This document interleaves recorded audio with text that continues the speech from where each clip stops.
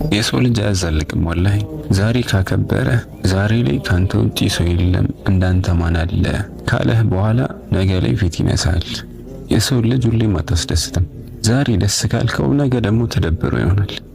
ምን ልፈልጌ ነው? ህይወትህን በሰዎች መምጣትና መሄድ ላይ እንዳታመርኩሰው። የመጣው ይምጣ፣ የተመቸውን ያህል ይቆያል። የሄደው ደግሞ ይሄድ፣ መንገዱን ጨርቅ አድርግለታል። የጥቅም ሰዎች ለአንተነት አይደለም የሚቀርቡክ፣ ለጥቅማቸው ነው የሚቀርቡክ።